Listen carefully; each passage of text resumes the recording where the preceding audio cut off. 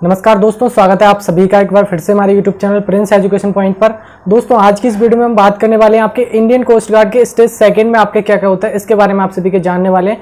क्योंकि देखिए काफी कैंडिडेट को लगता है कि मेरा स्टेज फर्स्ट का एग्जाम क्लियर हो जाएगा, मीन सभी आपका जो रिटन एग्जाम हुआ है उनका एजेंट एग्जाम क्लियर हो जाए तो वो फाइनली दोस्तों ये कैंडिडेट जानना चाहते हैं कि आगे का स्टेज 2 अब होगा तो उसमें क्या क्या होने वाला है, इसके बारे में आप सभी को बताने वाला हूँ। तो देखिएगा आप सभी के लिए वीडियो बहुत ही हेल्पफुल रहने वाला है, वीडियो के साथ अंत तक बनी रहेगा। और दोस्तों अगर आप इसी तरह की वीडियो पाना चाहते हैं तो चैनल को सब्सक्राइब करके बेल आइकन बटन प्रेस करिएगा। चलिए दोस्तों वीडियो को स्टार्ट करते हैं बिना देरी के।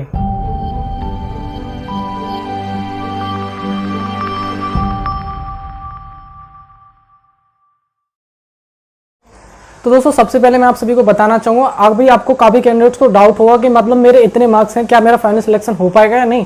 तो देखिए उसके लिए मैंने एक ऑलरेडी पहली वीडियो बना रखी है, उस वीडियो का लिंक आपको डिस्क्रिप्शन बॉक्स में मिल जाएगा, या फिर आपको चैनल पे जाके प्लेलिस्ट चेक कर लेंगे, वहां पे मैंने कंप्लीट डिटेल बता रखी है, सभी वीडियो देख लेंगे आप जाके। कोई भी डाउट होता है उन सभी प्लेलिस्ट देखने के बाद आपका कोई डाउट नहीं रहेगा, ठीक है। उस प्लेलिस्ट को जाके एक बार चेक कर ले। अब जान लेते हैं स्टेज 2 में आपका क्या क्या होता है, ठीक है। सबसे पहले मैं आप सभी को बताना चाहूंगा स्टेज सेकंड में आपका होता है फिजिकल फिटनेस टेस्ट, यानी कि हम जिसको पीएफटी बोलते हैं, ठीक है। अगर पीएफटी की बात करें तो पीएफटी में आपका क्या क्या होता है, सबसे पहले अगर मैं बात करूं तो जब आप एंट्री देते हैं एग्जाम सेंटर पे, आप कुछ डॉक्यूमेंटेशन वगैरह होता है, वो तो सिंपल सी बात है, लेकिन ठीक है।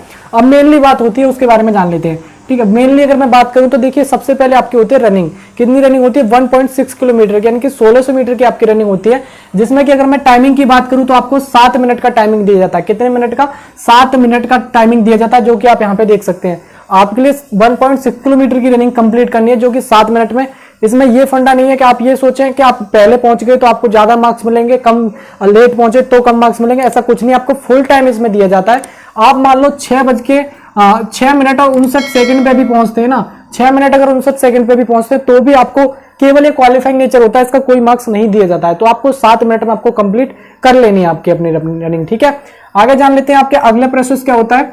अगला प्रोसेस होता है तो आपका 20 स्क्वाट्स की बात करूं तो जिसमें कि आपको जिसको हम बोल सकते हैं क्या, उठक बैठक, यानी कि 20 आपके उठक बैठक कराए जाते हैं, जो कि सिंपल होते हैं, बहुत ही आराम से कोई भी कैंडिडेट कर सकता है, ठीक है।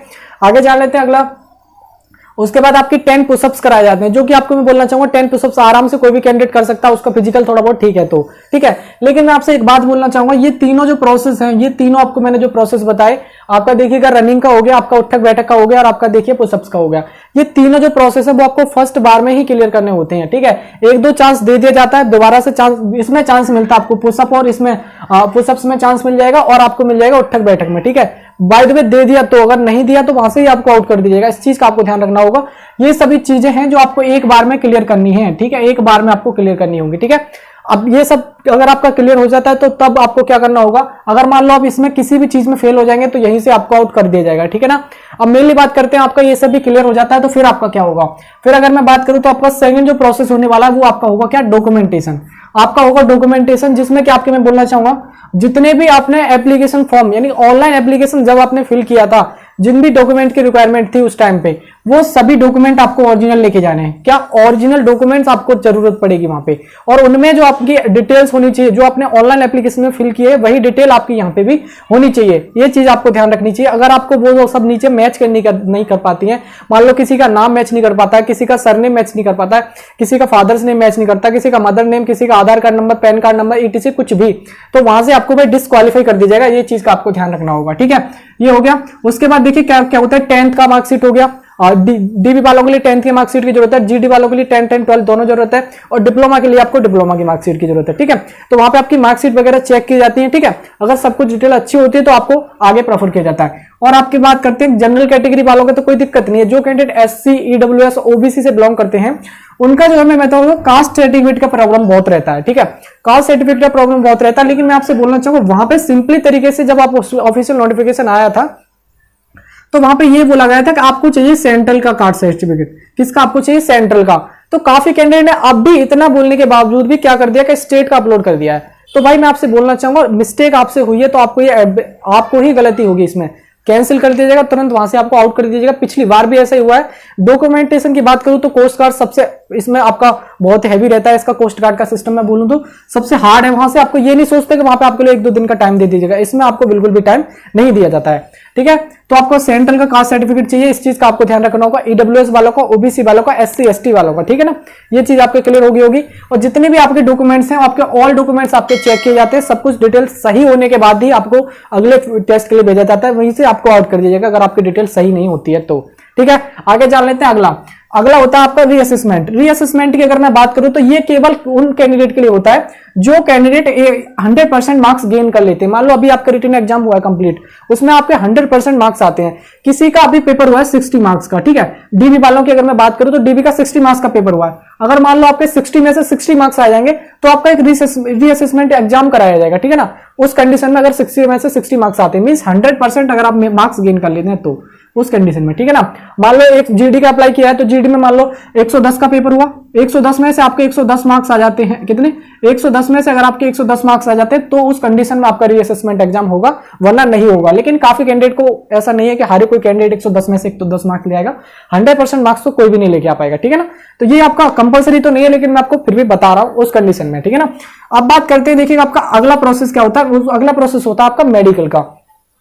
मेडिकल की बात करूं तो देखिए स्टेज 2 में ही आपका मेडिकल होता है। आप ये ना सोचे कि आपका मेडिकल कोई अलग होगा या फिर आपके लिए अलग से कोई डेट आएगी, नहीं, पीएफटी और आपका मेडिकल एक ही दिन, मतलब हो सकता है एक दिन आगे पीछे हो जाए, मान लो आज है अगले डेट को आपका मेडिकल हो जाए, या फिर एक ही दिन में सब कुछ कंप्लीट करा ले जाए, लेकिन 1 से 2 दिन के अंदर ही रहता है, वहां से आपको वहां से बाहर नहीं भेजा जाता, वहीं पे आपका सारा प्रोसेस जो कंप्लीट कर लिया जाता है। अगर आपका पीएफटी क्लियर हो जाता है, मींस आपका पीएफटी क्लियर हो जाए, उसके बाद आपका मेडिकल वगैरह मेडिकल चेकअप होता है, जिसमें कि आपके अगर मेडिकल में आपको सब कुछ फिट है, कोई दिक्कत नहीं है, आइज वगैरह, नोज वगैरह और ये सब मतलब देख लेंगे भाई मेडिकल में जो प्रोसेस होता है, मैं आपको बता दूंगा वीडियो बना के क्या क्या होता है, ठीक है। मेडिकल में आपका सब कुछ डिटेल्स सही होता है, कोई दिक्कत नहीं, तो आपको मतलब वहां से क्रेडिट कार्ड दे दिया जाता है और आपका कुछ दिन बाद ही उसका रिजल्ट अनाउंसमेंट कर दिया जाता है और आपका एडमिट कार्ड स्टेज 3 का वहां पे बुला लिया जाता है, ठीक है। स्टेज 3 का एडमिट कार्ड इशू कर दिया जाएगा।